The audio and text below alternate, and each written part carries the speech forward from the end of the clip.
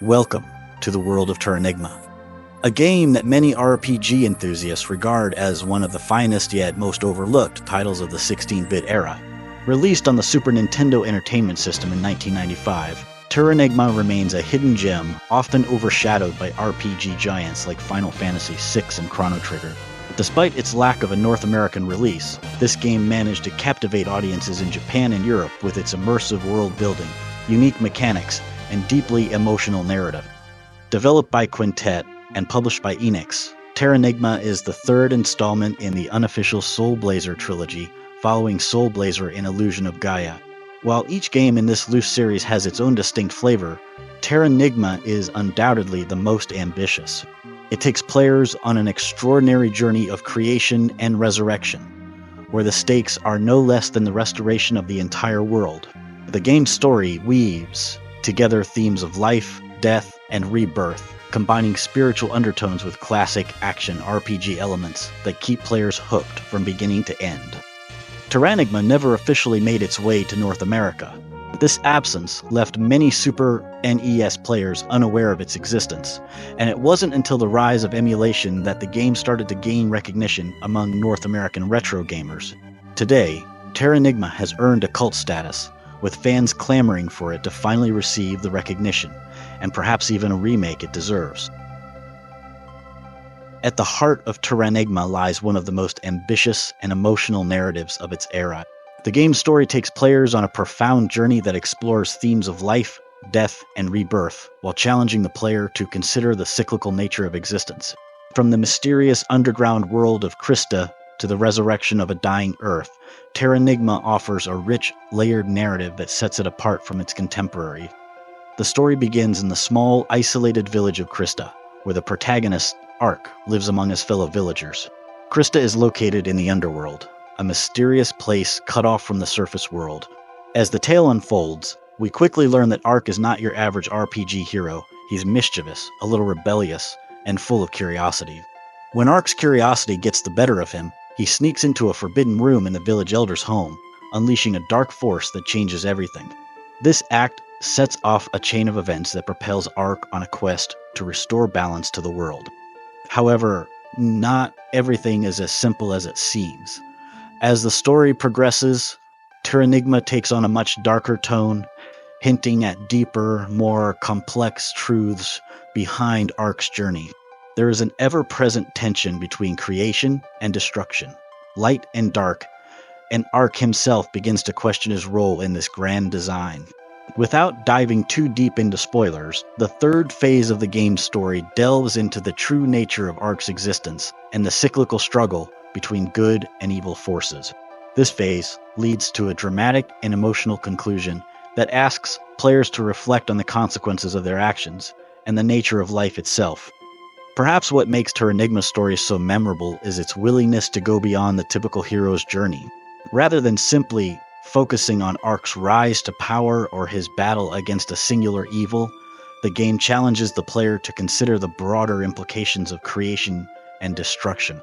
It's a narrative that, much like life itself, doesn't offer easy answers, but instead leaves players with lingering questions about the nature of existence.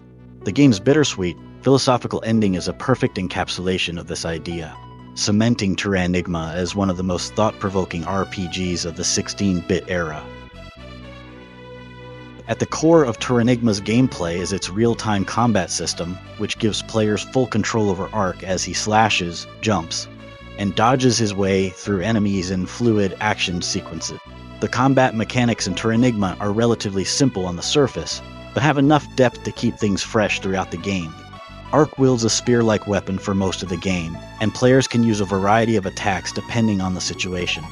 There's the basic slash for close combat, but Ark also has a range of other moves like a dash attack, a jump attack, and even a spinning dive that allows him to take out multiple enemies at once.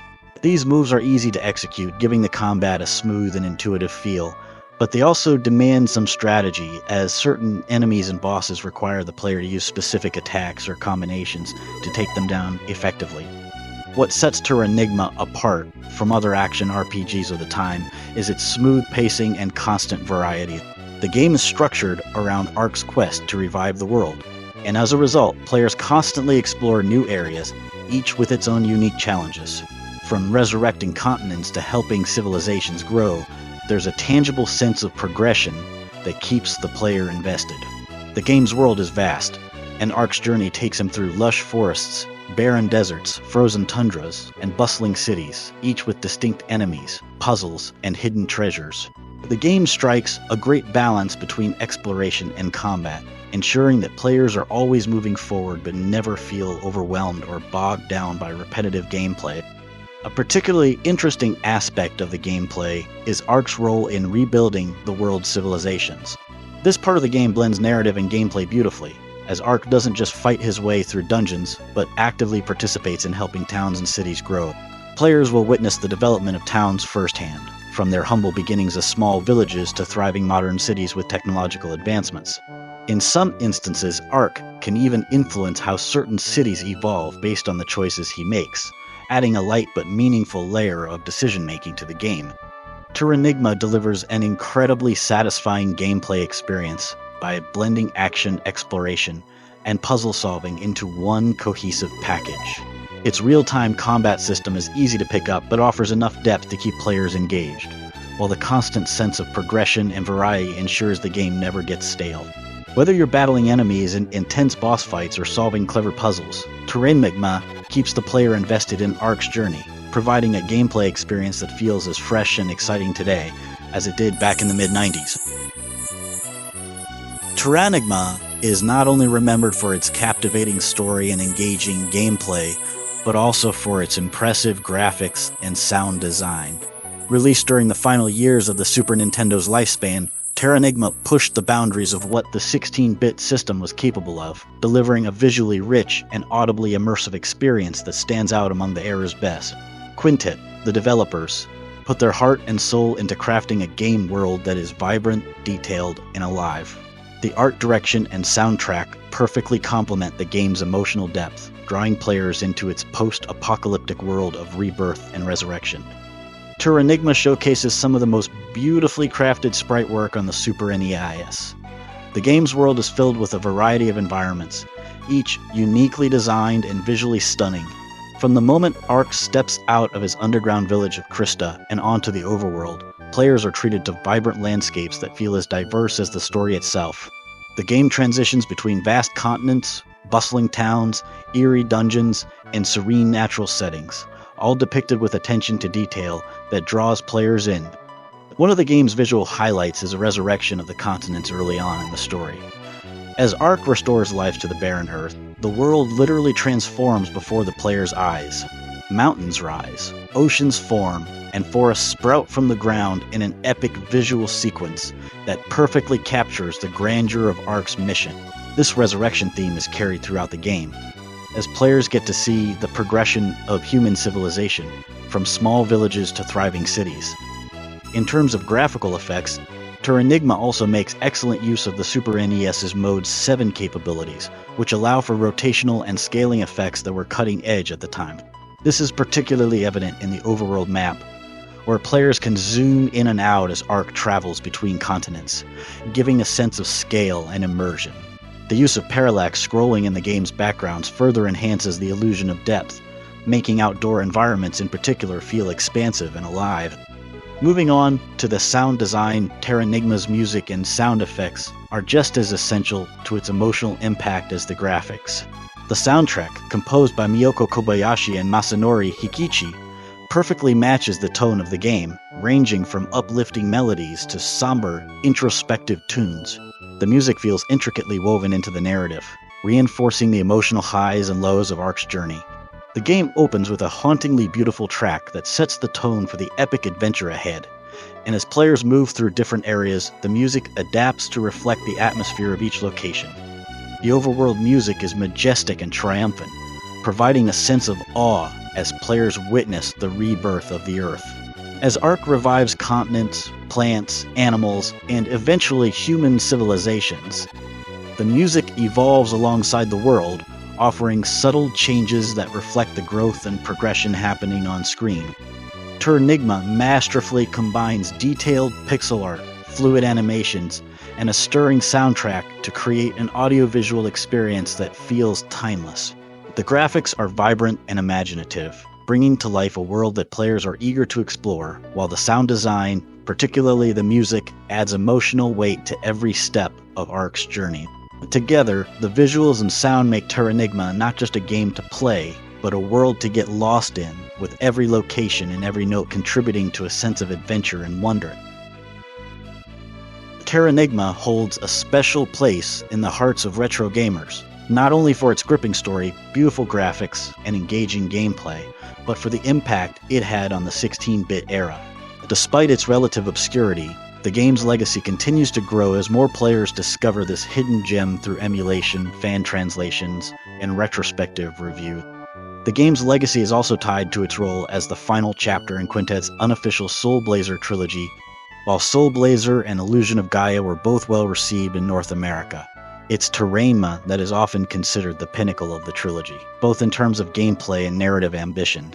Each game in the trilogy deals with themes of creation, destruction, and the cyclical nature of life, but Terranigma takes these ideas to a whole new level, asking players to consider their role in the world and the consequences of their actions. This thematic depth is one of the reasons Terranigma continues to resonate with players, even decades after its release. Its philosophical approach to storytelling, combined with its emotional weight, sets it apart from many of its contemporaries. Released toward the tail end of the Super NES's life cycle, the game is often viewed as one of the console's final masterpieces. With the PlayStation and Sega Saturn already on the market, the gaming industry was shifting toward 3D graphics and new hardware. But Terranigma proved that the Super NES still had the power to deliver complex, visually stunning, and emotionally engaging experiences. There has also been an ongoing push for a modern re-release or remake of Terranigma. With the rise of remasters and re-releases of classic RPGs on modern platforms, fans have long hoped that Terranigma would receive similar treatment. Unfortunately, due to various factors, including the dissolution of Quintet and the complex licensing rights associated with the game, there has been no official word on a re-release. However, the popularity of retro collections, along with the demand for RPGs from the 16-bit era, means that a re-release is something fans continue to hold out hope for. Ultimately, Terranigma stands as a testament to the creativity and ambition of 16-bit RPGs. It's a game that dared to ask big questions and tell a story that went beyond the usual hero's journey, challenging players to think about the world and their place in it, though it may not have received the widespread recognition it deserved during its original release. Terranigma has found its audience over time, and it continues to be celebrated as one of the most emotionally powerful and thought-provoking games of its era. For many retro gamers, Terranigma isn't just a forgotten classic, it's a masterpiece that deserves to be remembered, played, and appreciated for generations to come. Thank you for joining us.